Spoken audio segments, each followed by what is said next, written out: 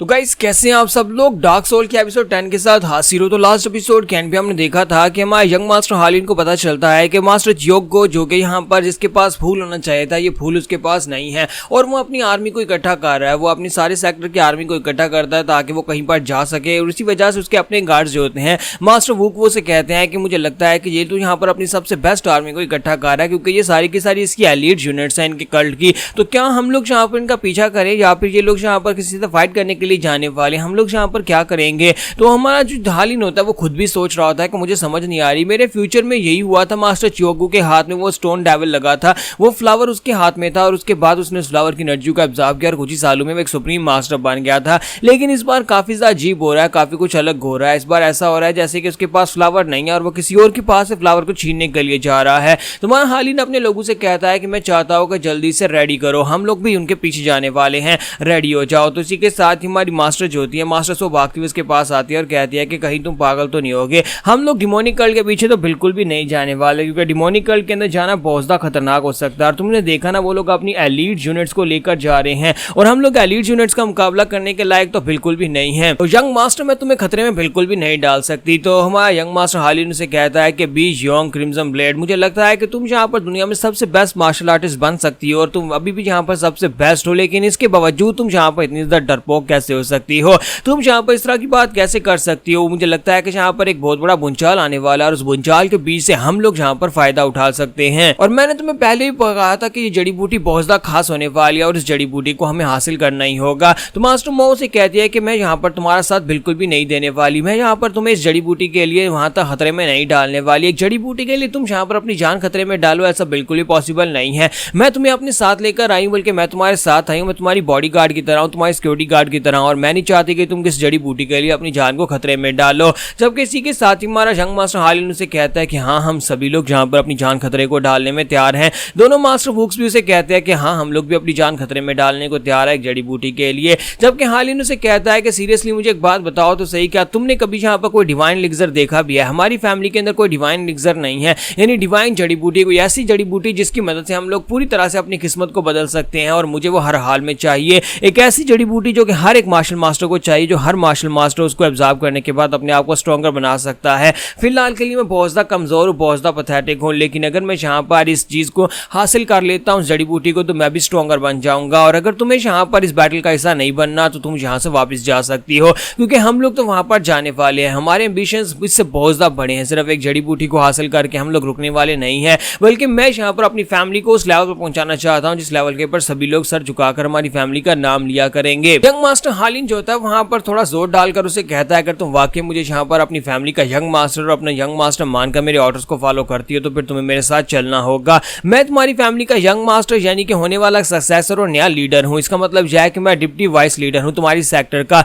और तुम्हें मेरे ऑर्डर्स को फॉलो करना ही होगा। जहां पर जाने का मैं तुम्हें कहूंगा तुम्हें मेरे साथ चलना पड़ेगा। मास्टर मो, क्या तुम्हें मेरी बात की समझ आ रही है? तो मास्टर मो जो होते हैं उसकी बात सुनने के बाद थोड़ी देर के लिए हिचकिचाती है और कहते हैं कि ये अचानक से क्या हो गया, जिस तरह से ये बात कर रहा है बिल्कुल ऐसे ही लग रहा है जैसे कि एक कॉन्फिडेंट यंग मास्टर मेरे सामने खड़ा हो। हाँ ये बात वाकई में सच है कि ये हमारी फैमिली का यंग मास्टर और डिप्टी वाइस लीडर भी है, तो फिर मुझे इसके ऑर्डर्स को फॉलो करना चाहिए, लेकिन ये खतरे में जा रहा है। इस वक्त बहुत बड़ा खतरा है, डिमोनिक फोर्सेस इकट्ठी हो रही हैं। जबकि मास्टर वुक्स वहां पर हंसना शुरू कर देते हैं और कहता है कि यंग लॉर्ड के अंदर इतनी सारी फायर देखने के बाद हम लोग और भी एक्साइटेड हो गए हैं। हमें इस बात से फर्क नहीं पड़ता कि उस डिवाइन एलिक्सर को ढूंढते वक्त हमारी जान क्यों ना चली जाए, लेकिन लगता है कि बहुत ज्यादा मजा आने वाला है। वहां पर फाइट भी होगी और साथ ही में यहाँ पर डिमोनिक सेक्टर के लोगों को मारने का मौका भी मिलेगा। तो वुक नैम और वुक जियोंग दोनों कहते हैं कि हम दोनों ही आपकी सर्विस में बिल्कुल रेडी हैं, बताएं कब यहाँ पर से निकलना है। तो मास्टर मोज होते हैं वो कहती हैं कि अब मैं यहाँ पर क्या फैसला करूँ। तो हमारा यंग मास्टर कहता है कि जल्दी से बताओ तुम क्या फैसला करना चाहती हो। तो मास्टर मो कहती है ठीक है फिर मैं भी तुम्हारे साथ हूँ, लेकिन तुम्हारी मास्टर और एक मार्शल मास्टर होने के नाते मैं तुम्हें एक मशवरा देना चाहती हूँ कि इसमें खतरा बहुत ज्यादा है, इसलिए सोच समझकर अपना कदम उठाना तुम जो भी करने वाले हो। तुम्हारा हालिन जो होता है उसे कहता है कि मैंने सोच समझ लिया है,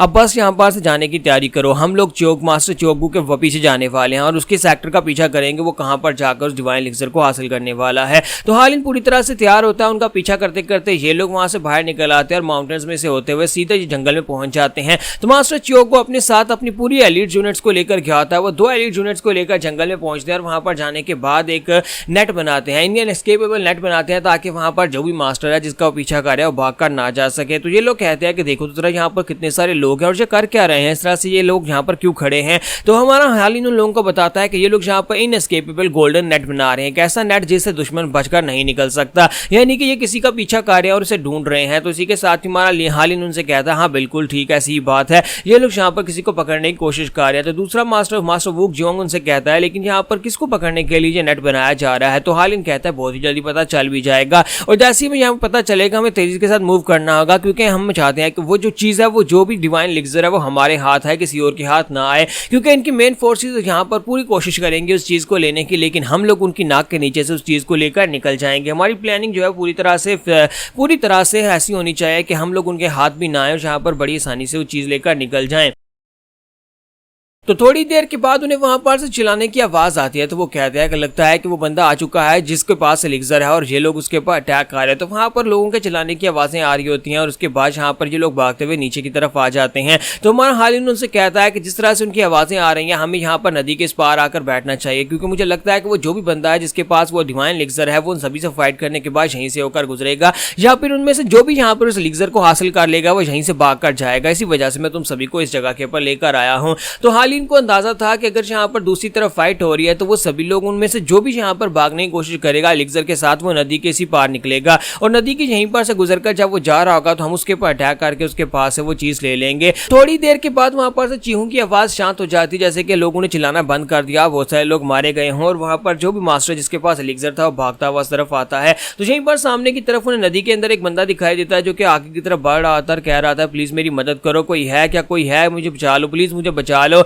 लेकिन वहीं पर पीछे से एक बड़ी सी पाम निकल कर आती है और उसके ऊपर अटैक होता है। उस पाम को देखते ही सभी लोग बहुत सा घबरा जाते हैं, क्योंकि ये लोग उस पाम टेक्निक को पहचानते हैं। तो वहां पर उस पाम की टेक्निक को अप्लाई करने वाला एक बुड्ढा एल्डर मास्टर होता है जो कि टॉप 10 ग्रेटेस्ट मार्शल मास्टर्स में से एक होता है, और वो फूल जो होता है उसके हाथ में होता है, वो डेविल स्टोन फ्लावर उसके हाथ में होता है और उसको लेकर वो आगे की तरफ बढ़ रहा है। तो मास्टर मो कहती है कि ये तो बिल्कुल भी अच्छा नहीं है, ये मास्टर तो टॉप 10 ग्रेटेस्ट मार्शल मास्टर्स में से एक है और इसका टाइटल ब्लड रैथ है। तो हमारा यंग मास्टर हालिन कहता है क्या तुम इस मास्टर ब्लड रैथ के बारे में कुछ और जानती हो, मुझे जरा डिटेल में बताओ, तुम इसके बारे में क्या कुछ जानते हो, क्या ये बहुत ज्यादा स्ट्रॉन्गर है। तो मास्टर जियोकू से कहता है कि हाँ ये बहुत ज्यादा पावरफुल है, अगर हम लोग यहाँ पर रैंकिंग बनाए तो मुझे लगता है कि ये यहाँ पर डिमोनिक फैक्शन की टॉप 10 की रैंकिंग में जरूर आएगा। ब्लड रैथ एक बहुत ही खतरनाक और एक रूथलेस मास्टर, अपने रास्ते में आने वाले हर एक इंसान को मार डालता है और ऊपर से ये पॉइजन आर्ट्स को यूज करता है। तो वहाँ हालिन कहता है लेकिन इसकी हालत देखने के बाद तो लगता है ये फाइटिंग शेप में बिल्कुल भी नहीं है, इसकी हालत काफी ज्यादा खराब हो गई है, ऊपर से डेविल स्टोन ब्लॉसम इसके हाथ में, वो फ्लावर इसके हाथ में है।